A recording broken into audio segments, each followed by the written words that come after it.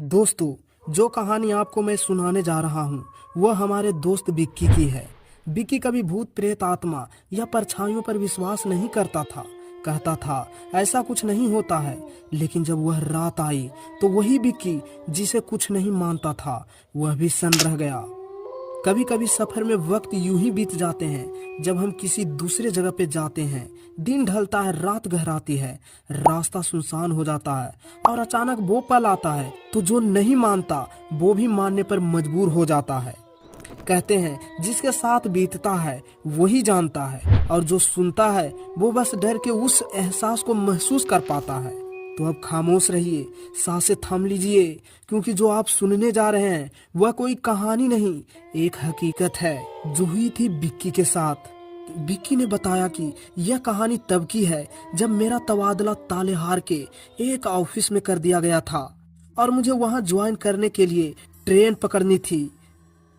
मैं हरनौती railway station पहुंचा। मेरी ट्रेन रायपुर एक्सप्रेस श्यामनगर थी, जो अपने तय समय से 4 घंटा लेट चल रही थी।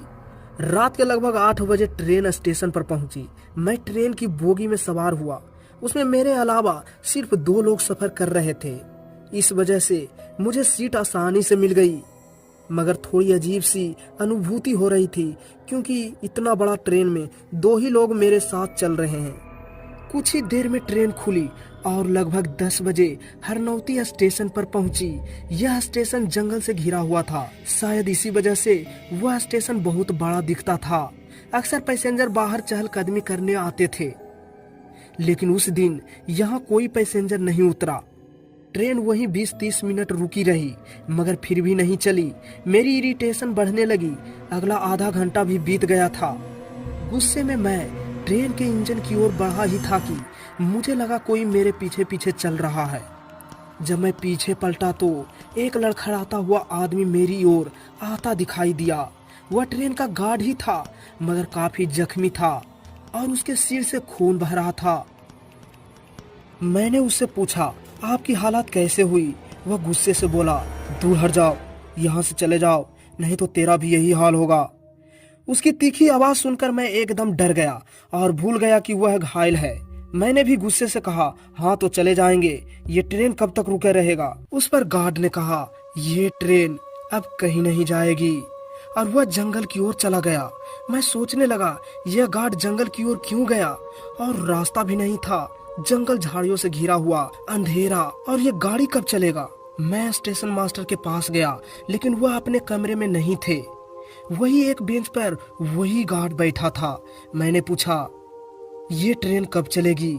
उसने अचानक मेरी गर्दन पकड़ लिया और जोर से उठाते हुए बोला, मैं तुम्हें अभी बोला था ना, ये ट्रेन कहीं नहीं जाएगा, मुझे क्यों परेशान कर रहे हो? मैं उससे कुछ बोलने ही वाला था कि मुझे जोर से पटक दिया। एक पल के लिए मेरे आंखों के सामने अंधेरा छा गया। तभी ट्रेन से कुछ लोग दौड़ते हुए आए और मुझे सहारा देकर ट्रेन में ले गए। ट्रेन वासियों ने मुझे पानी पिलाए। पानी पीने के बाद मेरी थोड़ी जान आई। एक मुसाफिर ने मुझसे कहा, तुम पागल तो नहीं हो? तुम्हें पता नहीं कि इस स्टेशन में क्या होता है? मैंने हैरानी से पूछा, क्या होता है यहाँ पे? मुसाफिर ने बताया कि हरनौती स्टेशन पर बहुत पहले एक कोयले से भरी मालगाड़ी आई थी। यहीं पे बहुत सारे चोर आ गए थे और मालगाड़ी से कोयला उतार कर अपने ट्रक में डाल रहे थे। उस समय गार्ड अकेला था।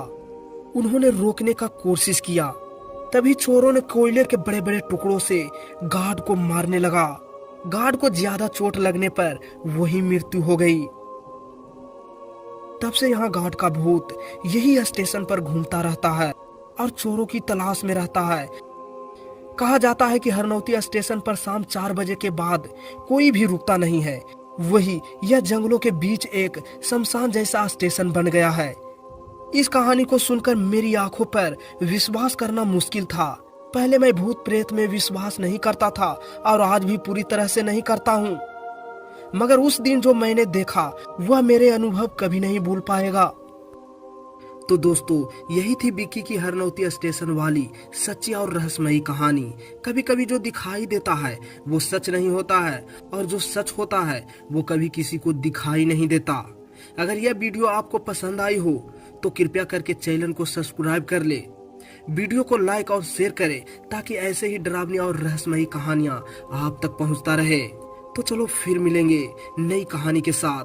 तब तक के लिए अंधेरे से सावधान रहिए, क्योंकि कभी कभी वो भी आपको देखता रहता है।